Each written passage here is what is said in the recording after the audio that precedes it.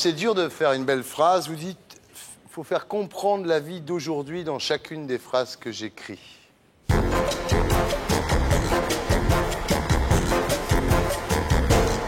Vous êtes écrivain, vous avez publié chez Bernard Barrault Bleu comme l'enfer, 37 le matin, Maudit manège, chez Gallimard Soto, Sainte-Bob, Vert chez les Blancs. Et vous dites, écrire, c'est abominable. Tous les matins, c'est terrible, c'est une vraie souffrance. Mais il suffit d'un rien, d'une petite phrase réussie, et quand ça marche, c'est bon. C'est même très bon quand ça marche. Ouais. Parce que c'est rare, c'est pas souvent. Ouais. C'est surtout, je pense, quand on s'intéresse à la mélodie, à la langue, à la sonorité des phrases. Là, donc, il suffit de pas grand-chose.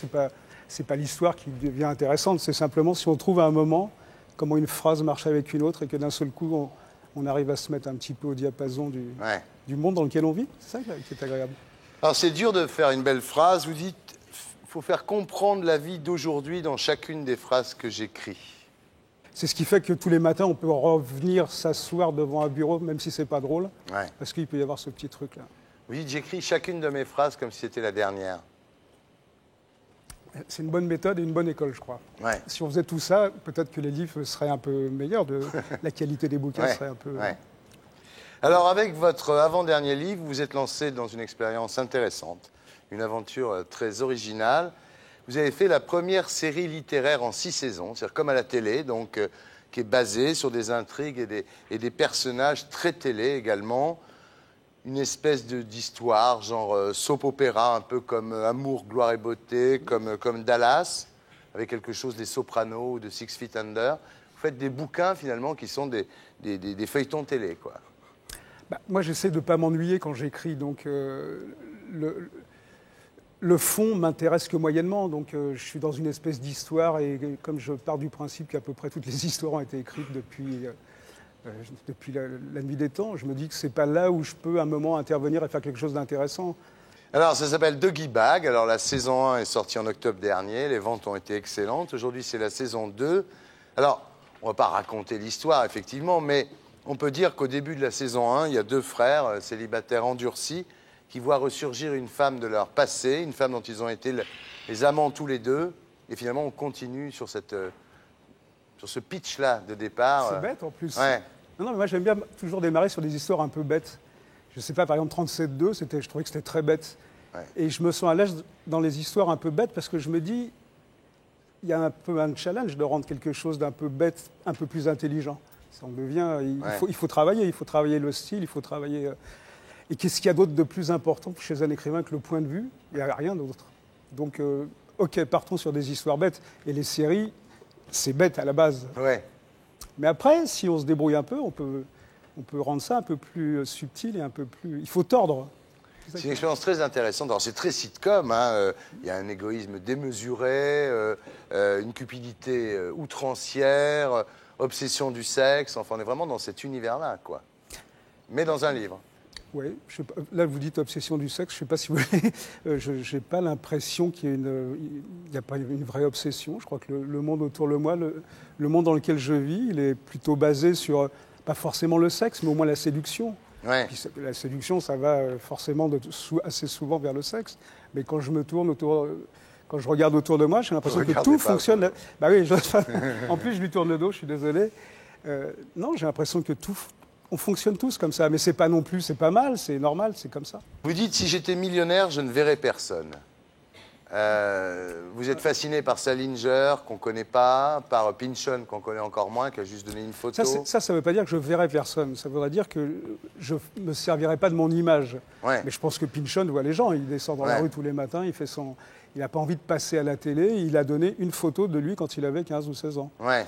Moi, c'est un peu tard pour ça, parce qu'il y a beaucoup de photos qui circulent un peu partout. Vous dites, comme je suis condamné au succès, quand un livre sort, je suis obligé de me montrer, j'y vais à reculons, je refuse de faire Ardisson. Vous avez dit ça dans le Nouvel Obs, en mars dernier. Je vais vous faire une interview Ardisson. Allez-y.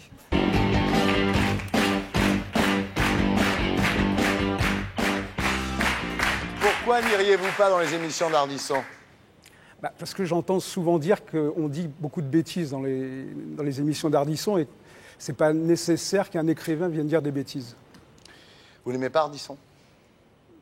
J'aime pas le personnage Ardisson, mais j'aime pas le personnage Dian non plus. J'aime pas les personnages. Par contre, l'individu, si vous voulez qu'on se rencontre après l'émission, comme vous voulez. Il vous a rien fait pour que vous refusiez son émission? Ardisson? Ouais. Si, il s'habille comme moi. Non, c'est toi qui t'habilles comme moi. Il a été désagréable avec vous? Non, pas du tout. Il n'a pas dit du mal de vos livres? Non, je pense pas me souvenir qu'il ait dit du mal de mes livres, non, je crois pas. Mais qu'est-ce que vous n'aimez pas chez lui alors? Bah, j'aime tout chez lui, au contraire. Je trouve que c'est quelqu'un qui a un parcours qui m'intéresse, c'est quelqu'un de ma génération, surtout je suppose que j'ai le même âge que lui, donc c'est intéressant de voir comment deux individus à un moment se retrouvent un moment sur un plateau de télé. Il y en a un qui pose des questions à un autre. Je trouve que c'est... Ouais. Vous ne voulez pas me faire croire que ça vous embête qu'il parle de cul et de pétard? Ah bah, ça ne m'embête pas, parce que tous mes amis ne me parlent que de ça. Quand votre éditeur vous propose de faire Ardisson, vous lui dites quoi? Je demande, est-ce que ça vaut le coup? C'est pénible pour moi d'être ici, parce que je suis sourd, parce que j'ai les yeux un peu fragiles, donc c'est pénible. Si t'as les yeux fragiles, regarde pas par là. Hein. Je regarde pas. C'est Baffy qui vous gêne? J'aimais pas tellement les interventions de Baffy.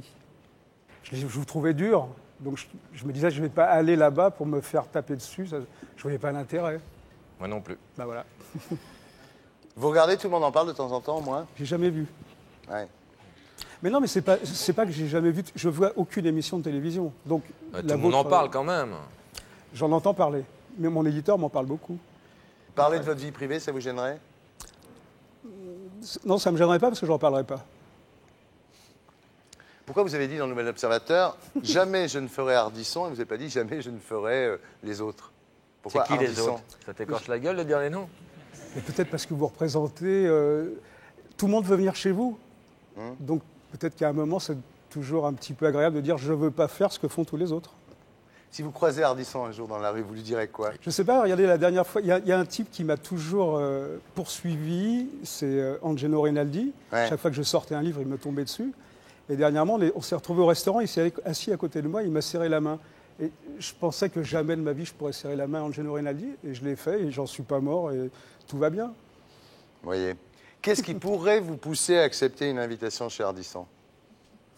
Si mon éditeur me prouvait que d'un seul coup, je vais passer dans des ventes conséquentes.